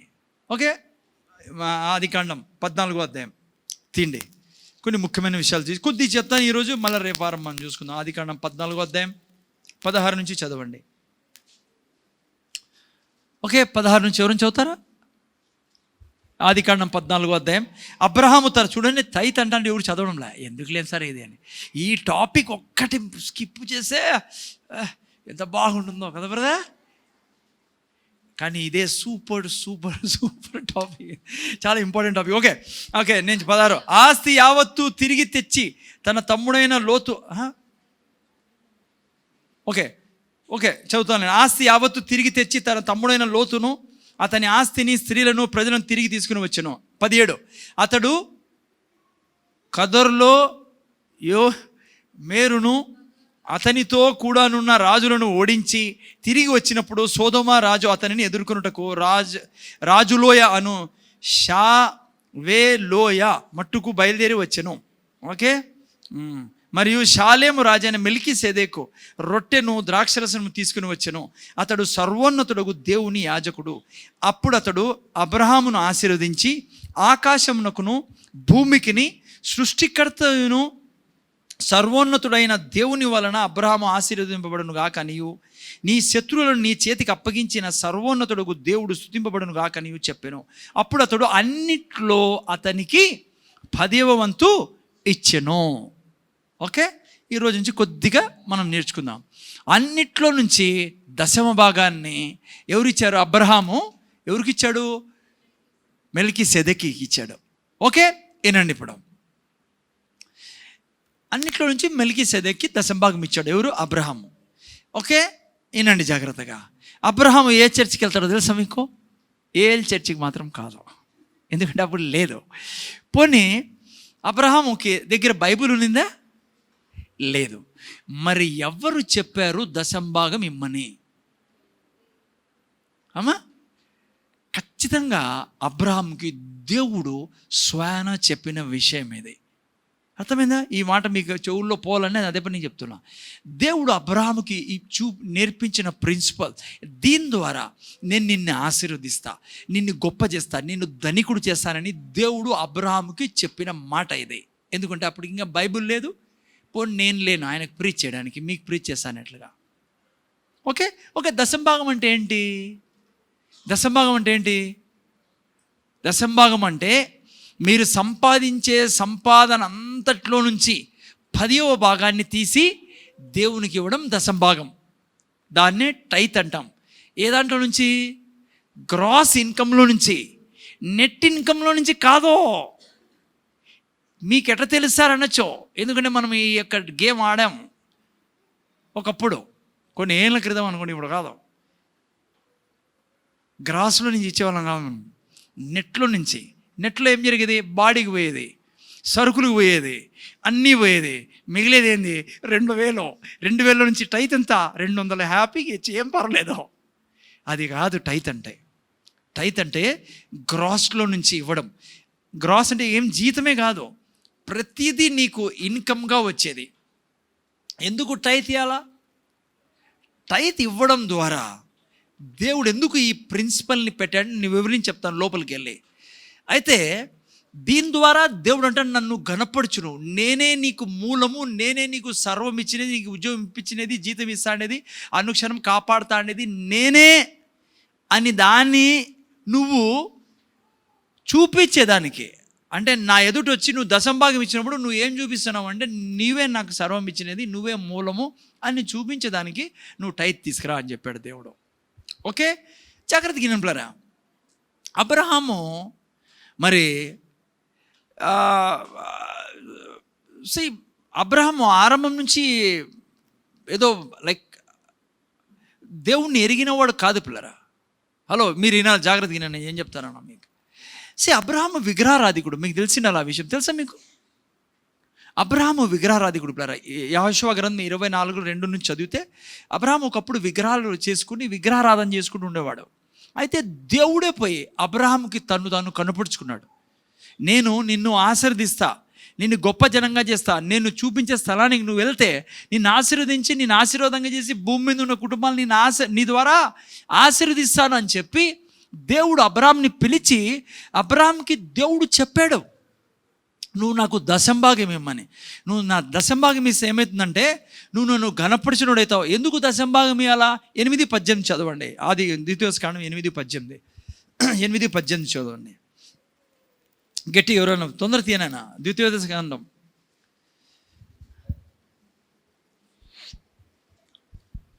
ఎవరైనా ఇద్దరు చదువు. నేను నీ దేవుడైన యెహోవాను జ్ఞాపకము చేసుకొనవలెను. ఏలయనగా తాను నీ పితరులతో ప్రమాణం చేసినట్లు తన నిబంధనను నేటి వలె స్థాపింపవలనని మీరు భాగ్యము సంపాదించుకొనుటకై మీకు సామర్థ్యమును కలుగజేయువాడు ఆయనే. ఆయన నీకు సామర్థ్యం కలుగజేస్తాడు. ఆయన నీకు భాగ్యం ఇచ్చినది నువ్వు అది మర్చిపోకుండా నువ్వు జ్ఞాపకం పెట్టుకోవాలా. అందుకే ఆయన నీకు టైత్ ఇమ్మంటాడు. అది జాగ్రత్తగా అర్థం చేసుకోండి. నేను ఇప్పుడే చెప్పాను మీకు, అబ్రహాముకి దేవుడు స్వయాన చెప్పి, దేవుడు అబ్రహాము ద్వారానే ఎట్లా చెప్పలేదు, దేవుడు ముందు మనలాగా దేవుడు వచ్చి తను చూపించుకుని అబ్రహాముకి నేను దేవుడినని, నేను ఆల్రెడీ చూసుకున్నామా, నేను ఎల్షదాయిని, యెహోవా ఈరే అని ఇవన్నీ చెప్పి దేవుడు అబ్రహాంకి ప్రిన్సిపల్ నేర్పించాడు, ప్లస్ సిద్ధాంతం నేర్పించాడు. నువ్వు నాకు దశంభాగమి, నేను నిన్ను ఆశీర్వదిస్తా. నువ్వు దశంభాగం ఇచ్చినప్పుడు ఏమవుతుందంటే నీకే కాదు నీ రాబోయే తరాలకి ఈ యొక్క సిద్ధాంతం పెడుతున్నా, నేనే నీకు ధనం ఇచ్చినానని, నా యొక్క నీ బలం ద్వారా కాదు, నేను ఇచ్చిన ఆశీర్వాదం వల్ల నువ్వు సంపాదిస్తాను అనేది నువ్వు గుర్తుపెట్టుకోలేదే. అందుకే దశంభాగం తీసుకురమ్మన్నాడు దేవుడు. ఓకే, మీరు చూస్తే పిల్లరా, ఎందుకు ఈ మాట మీకు మాటకి చెప్తున్నానంటే, చాలామంది ఈరోజు క్రైస్తవుల్లో దశంభాగం ఇవ్వకూడదు. ఎందుకు ఇవ్వకూడదు అంటే, ధర్మశాస్త్రం ద్వారా దశంభాగం వచ్చిండేది. మీకు చాలాసార్లు చెప్పారు అనుకోండి, ఇది ధర్మశాస్త్రం ద్వారా దశంభాగం వచ్చిండేది కాబట్టి మనం ఇప్పుడు ధర్మశాస్త్రం కింద లేము, అందుకనే దశంభాగం ఇద్దండి. మనం ఇప్పుడు ఉండేది యేసు క్రీస్తు యొక్క కృపా సత్యంలో కింద ఉన్నాము, అందుకనే మనకు దశంభాగం మిల్చిన పని లేదు. బాగా క్లియర్గా అర్థం చేసుకోండి. ఎవరు రేపు మీకు క్రాస్ క్వశ్చన్ అడగచ్చు, కొంతమంది అలా ఫాలో అవుతున్నారు దీన్ని. కానీ మీరు చూస్తే చక్కగా బైబిల్ తెలిసిన వాళ్ళు అయితే, దశంభాగం మొదలైండేది మోషే ధర్మశాస్త్రం ద్వారా కాదు. ధర్మశాస్త్రం మొదలైనది మోషే ద్వారా, దాంట్లో ఒక ఆజ్ఞ దశంభాగం ఇవ్వాలని, అర్థమైంది మీకు? కానీ దశంభాగం మొదలైనది ధర్మశాస్త్రం ద్వారా కాదు. దశంభాగం మొదలైనది ఎప్పుడంటే, ఇంకా మోషే పుట్టక వందల సంవత్సరాల క్రితమే అబ్రహాము ద్వారానే దేవుడు ఆరంభించాడు దశంభాగాన్ని. ఇది ధర్మశాస్త్రం ద్వారా వచ్చినది కాదు. విశ్వాసులకు అబ్రహాము విశ్వాసులకు తండ్రి, విశ్వాసుల కోసము దేవుడు ఆల్రెడీ ఏర్పరిచిన ప్రిన్సిపల్ ఇది. ఇది నువ్వు చేయాలి, ఇది చేసినప్పుడు నువ్వు నన్ను గణపరుస్తున్నావు, నేనే నీకు మూలమని నిరూపించుకుంటావు, నువ్వు డబ్బులు ఇచ్చే తీరాలి. ఎందుకు ఇలా కూడా చెప్తాను నేను ముందుకు మీకు, ఎందుకు డబ్బులే ఇవ్వాలనేది కూడా. ఓకే, అయితే చూస్తే మీరు పిల్లరా, నేనే సమస్తానికి మూలమని నువ్వు నాకు గణపరచడానికి ఇది ఇమ్మన్నాడు దేవుడు దశంభాగము. చూడండి, చూస్తే మీరు పిల్లరా, సో ఇది కూడా నీకు నాకు అర్థం కాల. దేవునికి నా డబ్బు అవసరం లేదు పిల్లరా, అర్థమైంది మీకు? దేవుడు మనం ఇచ్చే టైత్ తీసుకొని తన ఆఫీస్ని నడపడం, నేను ఇది కూడా మీకు చాలాసార్లు చెప్పా, తనకు అవసరంలే. ఎందుకంటే తనదే సమస్తం కదా. చూడండి 2వ దినవృత్తాంతాలు చూడండి, ఒక వాక్యం చదువు ముందుకెళ్దాం. 2వ దినవృత్తాంతాలు, మొదటి దినవృత్తాంతాలు 29 చూడండి. దావీదు ఒక మంచి మాట అన్నాడు ఆడ. మొదటి దినవృత్తాంతాలు 29 10-14 వరకు చూడండి ఏం రాయబడిందో. దేవునికి నా దశంభాగం అవసరం లేదు పిల్లరా. చదువు. రాజైన దావీదు కూడాను బహుగా సంతోషపడి సమాజము పూర్ణముగా ఉండగా యెహోవాకు ఇటు స్తోత్రములు చెల్లించెను. మాకు తండ్రిగానున్న ఇశ్రాయేలు దేవా యెహోవా, నిరంతరము నీవు స్తోత్రార్హుడవు. యెహోవా భూమి ఆకాశముల యందుండు సమస్తమును నీ వశము. మహాత్యమును పరాక్రమమును ప్రభావమును తేజస్సును ఘనతయు నీకే చెందుచున్నవని. యెహోవా రాజ్యము నీది, నీవు అందరి మీదను నిన్ను అధిపతిగా హెచ్చించుకొని ఉన్నావు. ఐశ్వర్యమును గొప్పతనమును నీ వలన కలుగును. నీవు సమస్తమును ఏలువాడవును. బలమును పరాక్రమమును నీ దానములు. హెచ్చించు వాడవును, అందరికి బలము ఇచ్చువాడవు నీవే. మా దేవా, మేము నీకు కృతజ్ఞతాస్తుతులు చెల్లించుచున్నాము. ప్రభావము గల నీ నామమును కొనియాడుచున్నాము. ఈ ప్రకారము మనఃపూర్వకముగా ఇచ్చు సామర్థ్యము మాకునుటకు నేనెంత మాత్రపు వాడను, నా జనులు ఎంత మాత్రపు వారు, సమస్తమును నీ వలననే కలిగెను గదా. అది ఇది చూపించుకునే దానికి. అందుకే మీరు చూస్తే సమస్తమును నీ వలన కలిగెను కదా. ఇది దేవుడు అంటాడు, నోటితో చెప్పొద్దండి నాకు సమస్తం నీ వలన కలిగినటువంటి. నువ్వు ఏం ద్వారా చెప్పాలా? నీ దశంభాగం ద్వారా చెప్పు. అందుకే మీరు చూస్తే దావీదు కానీ ఇజ్రాయెల్ జనం కానీ మిలియన్ల విలువ చేసే అంత డబ్బు దేవుని దగ్గర తీసుకొచ్చారు. దావీదు అదే అంటున్నాడు, నీ వలన కలిగిండేది కదా, నువ్వు కదా మాకు ఆస్తిపరులుగా చేసేవి. సో ఏంటి టైత్ ఇవ్వడం అంటే, దేవుడు ఏదో తన ఇంటి కోసం కాదు, తను తినేదాని కోసం కాదు. దీన్ని అందుకే మీకు గుర్తుపెట్టుకో. ఎందుకంటే చాలాసార్లు సాతాను మీకు అంటే, దేవుడికి ఏమవసరమో దేవుడు తీసిపోతాడా, నువ్వు టైత్ తీసే వచ్చి ఇటుకి. దేవుడు తీసుకుపోడు. కానీ బైబిల్ ఏం చెప్తుంది, ఒక రకంగా చెప్పాలంటే దేవుడు తీసుకుంటాడు టైత్. కొత్త నిబంధన ప్రకారము మీ చేతిలో నుంచి టైత్ ఎవరు తీసుకుంటారు తెలుసా?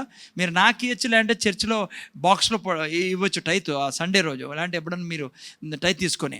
మీరు నాకు ఇవ్వడంలా ఈవెన్ బాక్స్లో వేసినా కూడా బాక్స్లో పోదు. అది బైబిల్ ప్రకారము యేసు ప్రభు స్వయాన టైత్ తీసుకుంటాడు. ఆయన ప్రధాన యాజకుడు ఇప్పుడు కొత్త నిబంధన ప్రకారం. ఓకే, ఇక్కడ మీరు చూస్తే దేవుడు ఎందుకు తెమ్మంటానంటే తన ఆఫీస్ నడిపేదానికి కాదు, కానీ తనకు నువ్వు ఇవ్వడం ద్వారా సమస్తం నీవే. ఇదిగో నువ్వు ఇచ్చావు ఇవి, అందుకే నేను టైత్ ఇస్తాను. ఆ టైత్ ఇవ్వడం ద్వారా, డబ్బు ఇవ్వడం ద్వారా, డబ్బుకు బదులు డబ్బు ఇవ్వడం ద్వారా మనం దాన్ని రికగ్నైజ్ చేస్తున్నాం, అక్నాలెడ్జ్ చేస్తున్నాం, అంగీకరిస్తున్నాం. నువ్వే మా మూలం, నీ ద్వారానే ఇవన్నీ కలిగినటువన్నీ. అందుకనే దేవుడు ఇక దశంభాగం అనే ప్రిన్సిపల్ పెట్టాడు. మలాకి 3:10 కూడా చదువుమా, చూడండి అక్కడేం రాయబడిందో. మలాకి 3:10 నేను చదువునా, తీశాను. నా మందిరములో ఆహారమున్నట్లు 10వ భాగమంతయు మీరు నా మందిరపు నిధిలోనికి తీసుకుని రండి. దీనిని చేసి మీరు నన్ను శోధించిన నేను ఆకాశ వాకిన్లు విప్పి పట్టజాలంత విస్తారంగా దీవెనలను కుమ్మరించదనని సైన్యములుగా అధిపతి యెహోవా సెలవిస్తానాడు. ఇది దేవుడు సెలవిచ్చినది. ఎందుకో తెలుసా, మనిషి దేవుడే సమస్తమునకు కారణమని కృతజ్ఞతలు చెల్లించుకున్న దానికి దశంభాగం ఇవ్వమన్నాడు దేవుడు. ఓకే, చూడండి పిల్లరా, ఇది చాలా ఇంపార్టెంట్ ప్రిన్సిపల్. ఇంకోటి చెప్తున్నా మీకు, ఈ సిద్ధాంతం నన్ను అడిగితే స్ట్రైట్గా కేవలం అబ్రహాం నుంచే కాదు, ఆదాము నుంచే మొదలైంది. మీరు చూస్తే ఈ సిద్ధాంతము దేవుడు ఆదాముకి అన్నీ ఇచ్చి, మంచి మంచి చెట్లు పెట్టి, దాంట్లో ఫ్రూట్స్ పెట్టి, ప్రతిదీ ఇచ్చి, ఏదోను తోటలో అన్నీ ఇచ్చి దేవుడు ఏం చెప్పాడంటే, నువ్వు అన్నిటినీ తిన్నావు, కానీ అది మాత్రం ఆ చెట్టు తినదు అన్నాడు. ఏంటి దానికి అర్థము? ఆ చెట్లు ఏమైనా విషం ఉందా, అంటే చెడ్డదా ఆ చెట్టు? లేదు. ఎందుకలా? ఇలాంటి జాగ్రత్తగా ఆదాము అవ్వలు ఆ చెట్లన్నీ తినేటప్పుడు, ఆ యొక్క వృక్షాలన్నింటిలో నుంచి ఫలాలు కానీ మరి ఏమేమి తినేవాళ్ళో కానీ మనకు క్లియర్గా బైబిల్ చెప్పదు. సో అన్నిటి తినేదానికి ఇచ్చాడు వాళ్ళకి. తినేటప్పుడు ఈ చెట్టు దగ్గర పోయినప్పుడు అంతా వాళ్ళు ఏమనే వాళ్ళంటే, ఇది తినం మేము, ఈ చెట్లో నుంచి తినం, మా దేవుడు అన్నాడు దీంట్లో నుంచి తినకూడదని, అందుకే మేము తినం. వాళ్ళు ఏం చేస్తున్నారో తెలుసా, గౌరవిస్తున్నారు. ఏమంటున్నారు వాళ్ళు? తినకుండా ఏం చూపిస్తున్నారు దేవుని దగ్గర, దేవుని ఎదుట అంటే, అయ్యా నువ్వు చెప్పినట్లు వింటాం మేము. అవును తండ్రి, ఇవన్నీ మాకు ఇచ్చావు, ఆకాశ భూమి సమస్తాన్ని నువ్వు మాకు ఇచ్చావు, ఇదిగో ఈ చెట్టు తినద్దన్నావు, అందుకే మేము తినం, నిన్ను ఘనపరుస్తున్నాం, నిన్ను గౌరవిస్తున్నాం అని వాళ్ళు చూపిస్తున్నారు. చెట్టు ముందు పోయినప్పుడు అంతా వాళ్ళు తినేవాళ్ళు కాదు, మేము తినమని. అక్కడ మొదలైంది పిల్లలు. యాక్చువల్గా దశంభాగం అనేది స్ట్రైట్గా రాయలేదు, కానీ దశంభాగం అనేది దేవుడు ఒక ప్రిన్సిపల్ పెట్టాడు, అన్ని తిను, ఇది మాత్రం నా కోసం వదిలే అని. దాని ద్వారా వాళ్ళు గౌరవించేవాళ్ళు. మీకు తెలుసు ఏం జరిగిందో? ఏ రోజు తిన్నారో ఆ రోజు ఏమైంది వాళ్ళ జీవితంలో? బెదరికం మొదలైంది పిల్లలు, దారిద్ర్యం మొదలైంది. ఏం చేశారు తెలుసా వాళ్ళు? ఏం చేశారు? ఆ తిని ఏం చూపించారు వాళ్ళు? తిని ఏం చూపించారంటే, నువ్వెవరు మాకు చెప్పేకి తినద్దని, నువ్వెవరు మాకే, నువ్వా మాకు మూలము, నువ్వు కాదు మూలం మాకు, మేమే మాకు మూలము, మేమే మా ఇష్టానుసారం బ్రతుకుతామని. పాపం అంటే ఏంటి? What is sin? సిన్ అంటే నేను దేవునికి నేనెందుకు లోబడతా, నేనే దేవుణ్ణి, నా ఇష్టానుసారం బ్రతుకుతా. అదే పాపం అంటే పిల్లరా. ఆదాము అవ్వలు అదే చేశారు కదా. వాళ్ళు ఏం చేయలేదంటే, సమస్తం ఇచ్చింది నువ్వు చెప్పినట్లు మేము నీకు లోబడి ఉంటామని కదా. చాలామంది క్రైస్తవులు కూడా ఈరోజు కూడా చేసే పెద్ద తప్పు ఇదే పిల్లరా. అదే టైం లేదు, కానీ మీరు చూడండి కొన్ని వాక్యాలు. కీర్తన 40వ అధ్యాయం తీయండి, చూడండి కొన్ని మాటలు చదువుకుందాం. కీర్తన 50:10 చదవండి. జస్ట్ మీకు చూపించాలా అన్నీ ఎవరు అని మీకు తెలుసు అనుకోండి. ఆయన బైబిల్ స్టడీలో ఉన్నాం కాబట్టి మీరు రెఫరెన్సెస్ రాసుకోండి. ఎందుకంటే చాలామంది ఇవి నా ఉద్యోగం వల్ల వచ్చినది, నా సంపాదన, మా అమ్మ నాన్న ఇచ్చినది, మా తాత ముత్తల నుంచి వచ్చిన ఆస్తి అనే క్రైస్తవులే చాలాసార్లు దేవుడిని బాధపరిచే మాటలు అంటుంటారు. చూడండి కీర్తన 50వ అధ్యాయం 10వ వాక్యం చదువు నాయన. అడవి మృగములన్నీయు, ఈ కొండల మీద పశువులన్నీ నావే గదా. కొండలలోని పక్షులన్నింటినీ నేను ఎరుగుదును, పొలములలోని పశు పాదులను నా వశమై ఉన్నవి, లోకమును దాని పరిపూర్ణతయు నావే. నేను ఆకలి గొనినను నీతో చెప్పను, వృషభములో మాంసము నేను తిందునా, పొట్టేళ్ల రక్తము త్రాగుదునా, దేవునికి స్తుతియాగము చేయుము, మహోన్నతునికి. సరే, ఇక్కడ చూస్తే మీరు ఇంకా చాలా ఉన్నాయి. అపోస్తుల కార్యం 14:17 చదివితే ఆకుకూరలన్నీ నేనే ఇచ్చేది, కాయగూరలు నేనే ఇచ్చేది అన్నాడు. ఆ తర్వాత మీరు ద్వితీయోపదేశకాండం 28:12 చదివితే వర్షాన్ని నేనే కుమ్మరించే దేవుణ్ణి, వర్షాన్ని ఇచ్చే దేవుని అని. ఎందుకు ఈ మాటలు మీకు చెప్తున్నానంటే పిల్లలు, చాలామంది క్రైస్తవుల నోట్లో కూడా ఈ మాటలు ఉంటాయి. నా సంపాదన నేను కష్టపడి తెచ్చా, నాది ఇది లేదు పిల్లరా. అన్నింటినీ మనకి ఇస్తాండేది దేవుడు, అన్నిటినీ ఇస్తాండేది దేవుడే అని దేవునికి కృతజ్ఞతలు చెల్లించుకునే విధానాన్ని దేవుడు పెట్టాడు. అదేంటంటే మనం దశంభాగం ఇవ్వడం ద్వారా. ఇప్పుడు మీరులో చాలామంది అనుకోవచ్చు, నేను కూడా అనుకుంటా, అంటే ప్రభువా నేను ఎంత కృతజ్ఞతలు చెల్లించమన్నా చెల్లిస్తాను నీకు. కొంతమంది ఉన్నారు, ప్రభువా నీకు ప్రాణం ఇమ్మన్నా ఇస్తాను నేను, దేవుడు అంటాడు, నీ ప్రాణం వద్దు, గీనం వద్దు, నాకు టైతి, డబ్బు, క్యాష్, మనీ, కరెన్సీ, కట్టా. ఇది మీకు అట్లా చెప్పాలా? దేవుడు మహాజ్ఞాని, మిమ్మల్ని సృష్టించినవాడు అతను. మనం రాత్రి అంతా బండలకు మన్నా అలుగుతాము, కానీ డబ్బు ఇమ్మంటే కష్టం కదా. నాకు తెలుసు మీకు ఎంత కష్టమో. నేను అటు నుంచి వచ్చాను. నేనే ఇస్తాను టైట్. తెలుసా మీకు? మీరు ఎంత టైట్ నేను చెప్పకూడదు అని నేను చాలా టైట్ ఇస్తాను. మీరు అనుకోండి, సార్ మీకేం సార్ మేము ఇస్తాం, మీరు ఆడే చాలా టైట్ ఇస్తాను బ్రదర్. నేను చెప్తున్నాను, ఈరోజే కాదు ముందు నుంచి నాకు తెలుసు టైట్ ఇస్తే ఏం జరుగుతుందో. 50% బిల్లులు ఉండవు. ఎవరువే? డాక్టర్లవే. నేను మీ ఓపెన్గా చెప్తున్నాను, నా ఎక్స్పీరియన్స్ చెప్తున్నాను. మీకు చాలా చాలా సమస్యలే అరికెడతాం. ఓకే ఎందుకు టైట్ అంటే మనకు మనుషులకి ఏదన్నా చేస్తాం, కానీ డబ్బులు మాత్రము మనం చాలామంది అంటారు, నా ప్రాణమనే ఇస్తాను ప్రభా నీకు. దేవుడు అంటాడు, నేను ఆల్రెడీ ఇచ్చేసాను, నువ్వు నాకు వద్దు కానీ ఇద్దే టైతే అంటాడు దేవుడు. ప్రభా ఏం చేయమన్నా చేస్తాను ప్రభా, ఎంత పనన్నా చేసుకో. ఇవన్నీ నేను దేవునికి చెప్పిన డైలాగులో. నీకు తెలీదా ప్రభా, ఇంత పెద్ద సిటీలో వచ్చే జీతానికి నువ్వు టైత్ అడుగుతావు, ఆ పాస్టర్ టైత్ అడుగుతాడో, నాకు ఎన్ని కష్టాలు. ప్రార్థనలో ఇప్పుడు దేవునికి చెప్పేవాడిని, నువ్వు ఏం చెప్పినా చెప్తావు. ఊడుసమంటే ఊడుస్తా, పరకతో ఏం చేయమన్నా చేస్తా. అసలు దినమంతా సండే అంతా ప్రీచ్ చేయమని ట్రాక్స్ పంచుదాన్ని, ఎక్కడ పోయి పంచుదాన్ని. ఎవరు సువాడు చెప్పాలి చెప్పు, ఎప్పటికైనా సువాడు చెప్పు, కానీ టైత్ మాత్రం అడగదు ప్రభా. ఎన్ని కష్టాలు ఉన్నా దేవుడు అంటాడు, నాకు టైతే కాలా, నాకు డబ్బు ఎందుకు అడుగుతుంది, ఎందుకు కాలా దేవుని డబ్బు.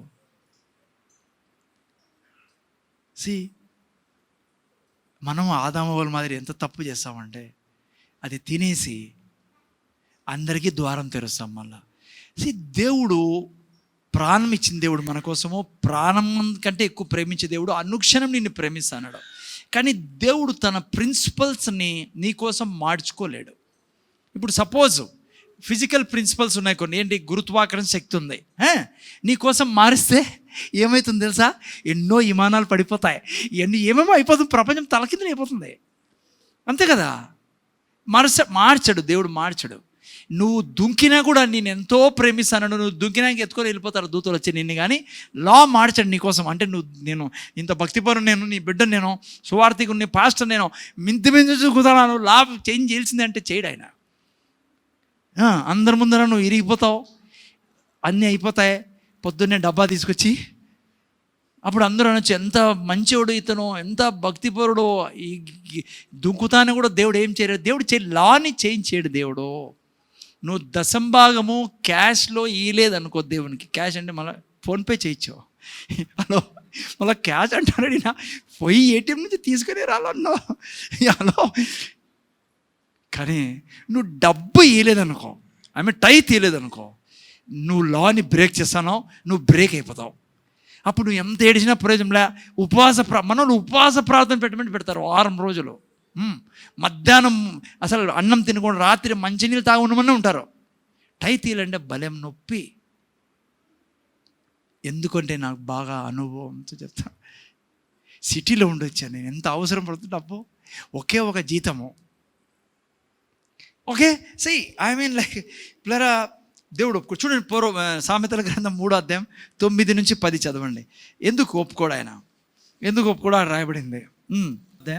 తొందర చెప్పుకోవాలి. 8 అమ్మా, నీ రాబడి అంతట్లో ప్రథమ ఫలమును నీ ఆస్తిలో భాగమును ఇచ్చి యెహోవాను గణపరచుము.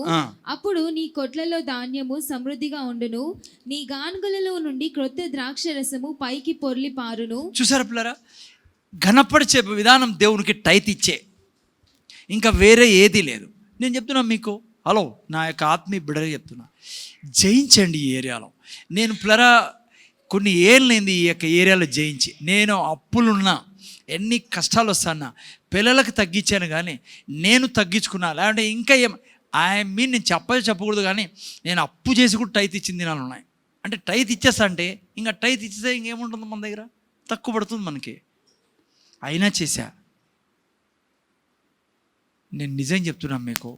దాంతో ఏమైందంటే ఆ యొక్క ఆర్థిక దారిద్రాన్ని నడుము ఇరగొడతా ఉన్నావు దాన్ని. రెండోది ఏం జరిగింది తెలుసా, నువ్వు టైత్ ఏ స్థితిలోనే ఇస్తే నువ్వు దేవుణ్ణి ప్రేమిస్తానో డబ్బుని కాదనేది రుజువు చేస్తాను దేవుని ఎదుట. మన పిల్లల కోసం మనం ఏమేమో చేస్తాం. మన పిల్లలకి ఏమైనా కష్టం ఉందంటే అప్పన్నా చేసి తెస్తాం, లేదంటే ఏదన్నా చేస్తాం మనం. కానీ ఇంత గొప్ప దేవుడు నీకు నాకు ప్రిన్సిపల్ ఇస్తే ఇంత విలువైంది, ఎందుకు భయపడతాం? మనం టైత్ ఇచ్చే దాంట్లో? టైత్ కాదు పిల్లరా. మా పాస్టర్ ఉన్నాడు ఇప్పుడు కూడా. ఎప్పుడు టైత్ ఇయ్యడు ఆయన. 20% ఇస్తాడు ఆయన. 20-25%, దాదాపు 20-25%.